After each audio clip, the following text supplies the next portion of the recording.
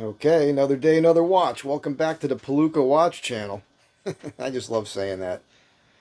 What we have here today is an Aragon. It's a massive tank of a watch.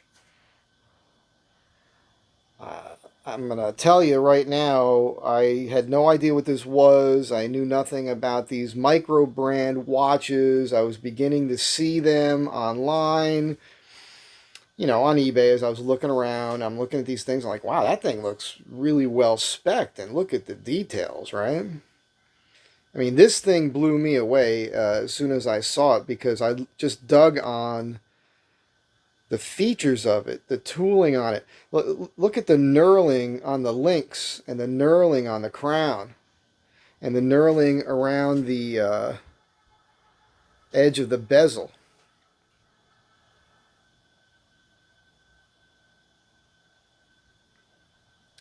So I started doing some research on this, and I discovered this guy's name is Wing. I believe he's Chinese, and he's had this company for about, I heard 30 years.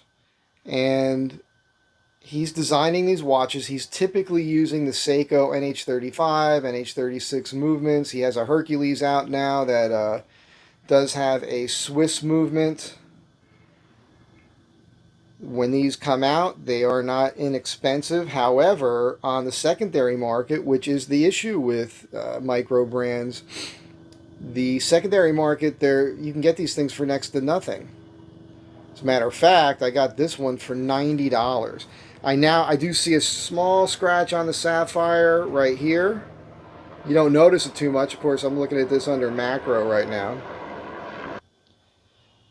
We've got our typical background noises. I have to point that out to you. Helicopters flying by. You'll hear horns honking, maybe some drum beating at some point, because not far from here, the people are on strike, the writer's strike.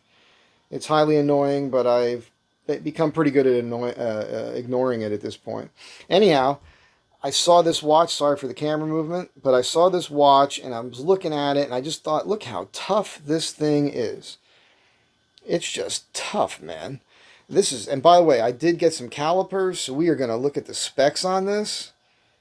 It's amazing, but you can see clearly applied indices. Wing calls those three ribs that run around the outside of the dial a racetrack. I love that back side of this sweeping second hand. It has the logo on it, which is also right here on the end of the crown.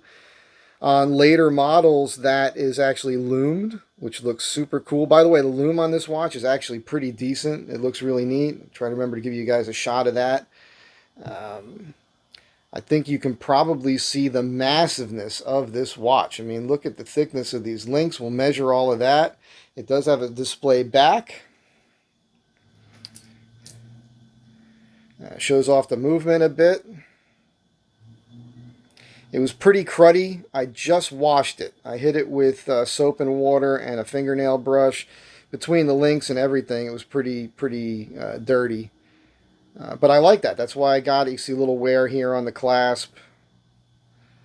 But I like that because that's why I got a deal. $90 for this watch. That is insane. I'm going to tell you right now, I think that if you can find one of these, and you can, they are on eBay right now for under $200. Not this exact model. There's one of these on there, I believe. But there's others that I think are better. You guys know I am not crazy about a 3 o'clock crown, which is what we see here. I prefer a 4 o'clock crown. But the details of this particular watch, again, with the knurling and just the beefiness of it, not knowing then. This is a 50 millimeter case, man. I believe it's 18 millimeters thick. I'm going to show you all that in a moment, but skeletonized hands here. You can see that. You see through the hands. Lume at the ends. I don't know what you call those. Kind of like sword or dagger hands. I like that shiny red frame around the day date. I like a day date. I could live without it, but I like it. I'm getting, I work for myself. I oftentimes forget what day it is. Seriously. So for me, that's cool. Look at the chapter ring in there. I'll work the bezel for you in a moment. I just want to start off with these close-up shots, and we're also going to compare this to my Turtle, because that's the largest watch I had until this one here came to me. Let's get to that. So here's my Seiko Turtle. Came to me in this condition. My buddy wore it every day in a shop. I love this thing. It's what started me on the journey. I mean, again, just to remind you guys, 7 to 5/8 inch wrist. And I've been wearing watches since I was a kid, but I don't know, 2004-ish. I can't even remember anymore. I think that's about right. That's when I stopped wearing a watch. I got a cell phone. And now I'm back. So I got this watch. People think this is a large watch. It is. We'll go over the specs. But compared to this thing, it makes this Turtle look like a lady's watch. So, just to spec this out, we'll zero this sucker out here. There we go. I think we're zeroed. Perfect. So let's just look at the Seiko real fast here. Seiko case is, what are we looking at? 45 millimeters, right? With the crown, if you wanted to do that. Let's see here. We're looking at 47. Our bezel. I realize how dark it is here. I apologize. 42.4 on the bezel thickness. Overall thickness of the watch, 13 millimeters, 13.2. Lug to lug. You guys know all this already, but I just want to show it to you because we're about to compare it to this other watch here. 47 millimeters approximately. Here, I believe it's a 22 millimeter lug width. That's about right. It's perfect, dead on. That's your Seiko. That's typically what people would consider a large watch. Here's your Aragon. Holy Toledo. Look at this thing. All right, so we are at 50 millimeters. That's a big watch. Same thing with the bezel. 49.8, 50 mil. With the crown, we're looking at 54.4 millimeters. Thickness of the watch overall, we're looking at 17.9, 18.1, 18. We'll call that 18 millimeters. Lug to lug. Now, the lugs do wrap down nicely. You'll see that. Trying to do this all through the camera screen here. So lug to lug, 58.1. It's huge. I don't even know what this is. Let's find out. We are looking at 24 millimeters for your inside diameter lug. So if you need a different band. Here's the thing about this watch. I don't think anybody is really putting another band on an Aragon. And the reason I say that is because of the design. This bracelet is designed specifically for this case. I had to remove one link, and I tightened up on the micro adjustments here. It's fitting me pretty well. Might as well show that to you. It's very similar to a Seiko. I will tell you right now that the clasp is 25.6 millimeters. With the little buttons, we're looking at 28.5. Not that anybody really cares too much about that. Again, I'm somewhat lucky. I don't have a tiny wrist, compared to what a lot of watch channels have. But there it is on a 7 5/8 inch wrist. Compared to the Turtle, it's one thing, but I don't think that's super overpowering. It is hard on the camera, I'll tell you. I've noticed that all the watches look larger when I have it on the screen here for some reason. But when I'm looking at it in person, I can see more of my wrist on side to side. I guess that's just, your lens is flat. Slight wide angle here, I suppose, and then your eyeball can see more. So it reads a little smaller on the wrist anyhow when you're just looking at it. Of course, it's massive this way.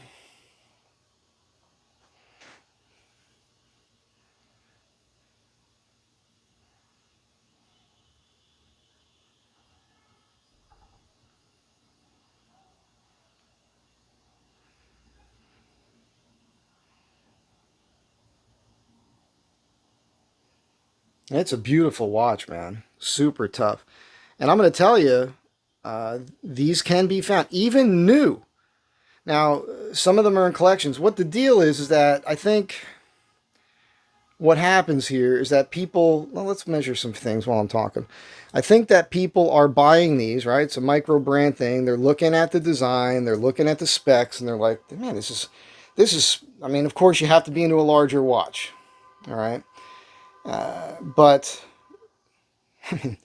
this is better than a Seiko if you like a large watch. It's bulletproof, and it's actually using the Seiko movement, sapphire crystal.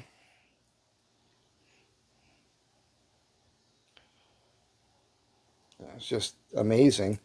These link these links are pretty fat on here. Let's get you a measurement. Yeah, I mean they're 5 millimeter links basically. Yep, 5 millimeter. That's how thick each link is. That is chunky. They're push pins. It was real easy. It took me a couple minutes at night. Had to put my readers on.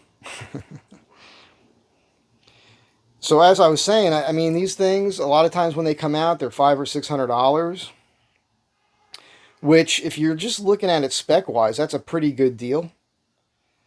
But when you consider that you can find these for under $200, and if it's used like this one and worn, and a few little scratches on the bracelet and a minor scratch on the crystal there, for under $100, I just don't see how you can beat that. And I have to tell you, I like a larger watch. The other thing you're going to see about all the watches I own,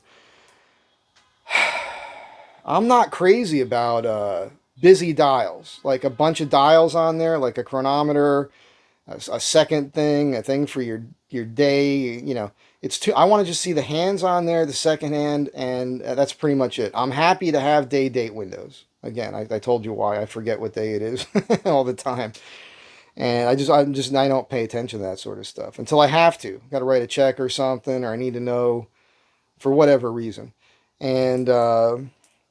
I don't mind that, but I like tool watches. I like manly watches, man stuff watches. That's just my thing. So all the watches I own are going to be kind of tough looking. That's just how something that G.I. Joe would have wore. You know what I mean? You know, your action adventure tough guy spy or something. You know, that sort of thing. Dressy, dainty watches are not for me. They always look too small on my wrist. I never liked a tiny watch. That's just me. I'm like between a 40 and 50 millimeter case watch guy. That is just, I'm learning that now, to be honest with you. So like a 44, 45 millimeter case is really probably perfect on my wrist for myself, my own aesthetics, right? What I enjoy. That's why this Seiko turtle I enjoyed so much. Here they are side by side. You can see the difference, right? Massive, massive difference. You can see the difference in the thickness. I mean, that is significant. You think the Seiko's large? Look at this. And by the way, it feels like it weighs a pound. It probably weighs a pound. I know people have mentioned to me before they don't like having a lot of weight on their wrist. I'm a muscular guy, you know, and I don't mind. And like I've mentioned before, I work hard for a living, and I'm right-handed, so the right side of my body is overdeveloped, right? So hey, maybe this will help even out the left arm. I did have a ligament reconstruction on this. I got a cadaver bone and a titanium plate in my wrist here, so you know, my left arm rather did atrophy. It's funny. My dad fell off the side of a house doing a painting job, broke his wrist. His hand was totally spun around. He reset it right in front of me, and his arm, he didn't try developing it, so his arm stayed pretty thin after that. My brother also, he fell off a train and broke his left wrist. This was before I ever knew him. Yeah, it's kind of funny. And we all have birthmarks on the left butt cheeks of our butts, too. We have a weird family thing going on. But I know, TMI for you, TMI, sorry. Anyhow, I just wanted to turn you guys onto this. I think that this Wing guy is a cool character. He does his own videos. He doesn't appear to be a big fella. Like he looks, I think he's Chinese. I hope I'm not insulting anybody or making the wrong I'm just saying, he doesn't look large. It looks to me like he has a thinner wrist. So it's always interesting to me when people seem to have a smaller wrist, enjoy wearing large watches. Let's try this bezel here. It's loud. Put it by the... Yeah, listen to this. That's loud. Now, after washing it, it is a lot easier. I guess there was some grime in there. I like it. It's tough to turn. I mean, when I say tough to turn, you can turn it. It's supposed to be a little stiff. I'm sure this was never used. It lines up Whoop, I went too far. Trying to do it through the camera. My bad. Let's see here. There we go. Perfect lining up there. When it was tougher, there wasn't enough purchase on this knurling. The knurling's nice and grippy, but boy, the skin on the tip of that finger, it's always peeling off on me there. A little calloused. You know, I work with my hands for a living. But yeah, it was not enough, grip here. It's grippy, but it's very thin. You can see how that bezel tapers down, which visually is beautiful. But for practical reasons, if you actually wanted to use this as a diver, which again you can, 200-meter water resistance, even with the display back window. But you can see how tiny that display back window is and how thick the rest of that rear case is.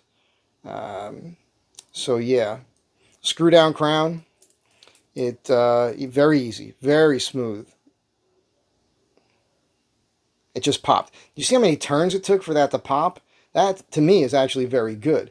That's got to be the thickness of the case, right? There's enough room for extra threads in there.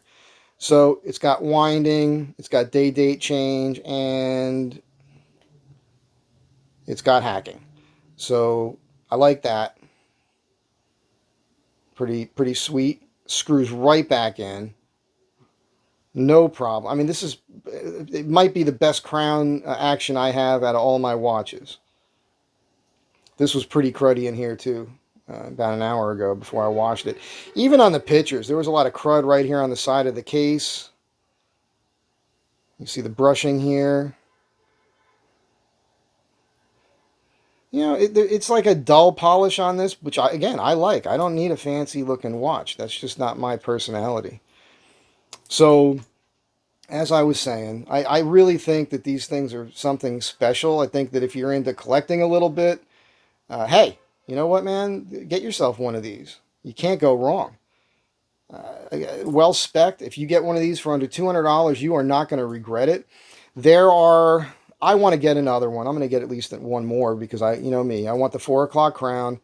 There are these divers out there where the bezel comes up higher than the crystal and it slopes down, which I like because it protects that crystal lens there.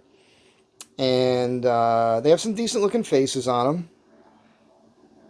So I'll probably get one more of these, and that might be it. There is a version, what was it called? Tritanium, I think. You can see all these baton indexes here on this dial.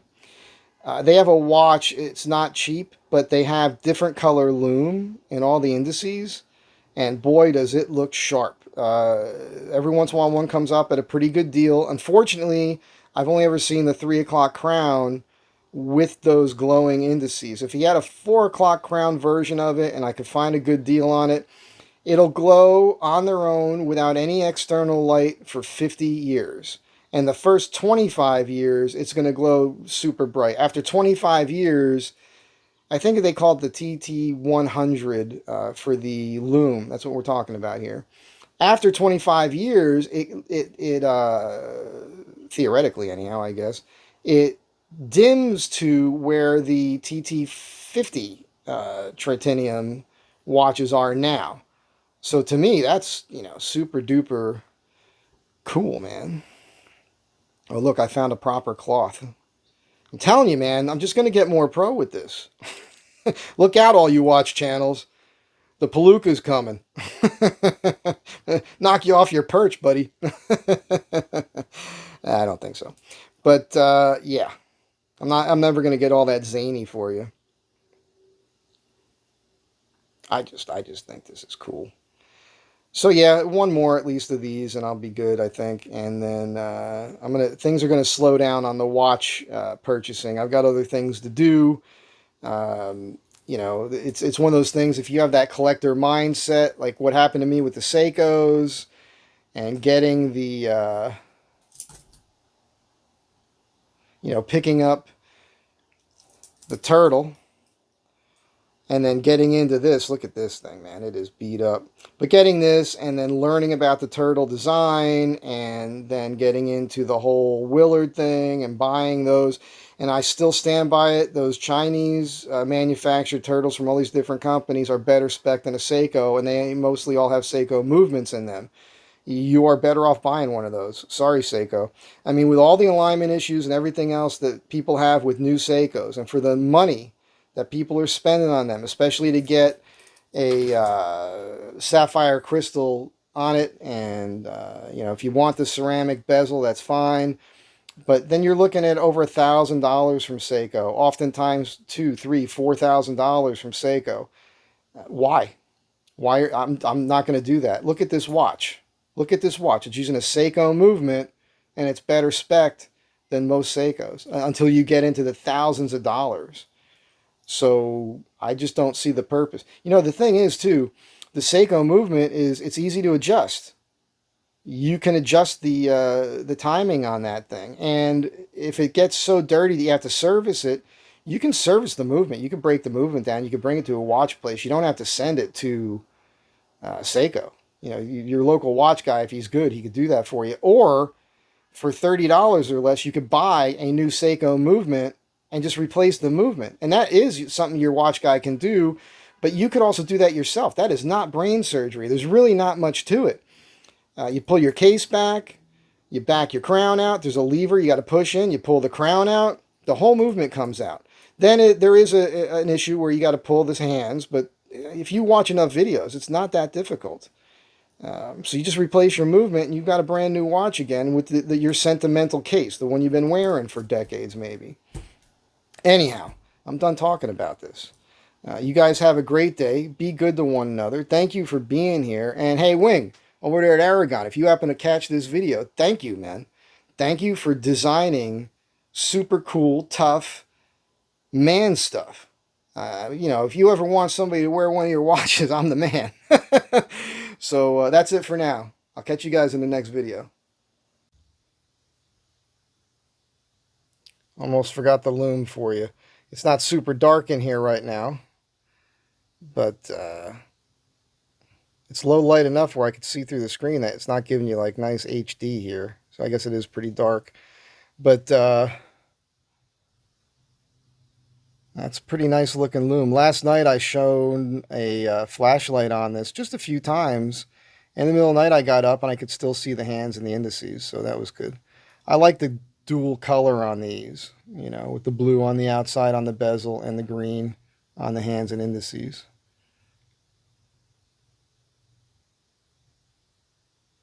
All right, once again, I'll catch you guys in the next one. Have a great day. Be good to one another. Bye.